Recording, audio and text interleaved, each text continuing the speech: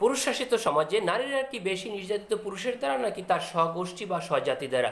এমন প্রশ্ন যদি কাউকে করা হয় তাহলে হয়তো বা কেউ একটা পক্ষ নিয়ে কথা বলবে, কিন্তু আমি একটা যুক্তি থ্রো করতে চাই, আমি একটা যুক্তি উপস্থাপন করতে চাই। সেই যুক্তিটা যদি আপনার কাছে গ্রহণযোগ্য হয় তাহলে আপনি ডিসিশন নেবেন কার দ্বারা কে বেশি নির্যাতিত, অত্যাচারিত এবং নিষ্পেষিত হচ্ছে বা হয়ে আসছে। আমি যে প্রশ্ন করতে চাই, আপনার বোন সবচেয়ে বেশি নির্যাতিত কার দ্বারা? তার মায়ের দ্বারা না তার বাবার দ্বারা? একজন বধূ নির্যাতিত তার স্বামীর দ্বারা বেশি হয় নাকি তার শাশুড়ির দ্বারা বেশি হয়? নাকি একজন বধূ তার ননদ দ্বারা বেশি নির্যাতিত হয় নাকি দেবর দ্বারা বেশি নির্যাতিত হয়? একজন বধূ তার ভাবির দ্বারা বেশি নির্যাতিত হয় নাকি তার ভাইয়ের দ্বারা বেশি নির্যাতিত হয়?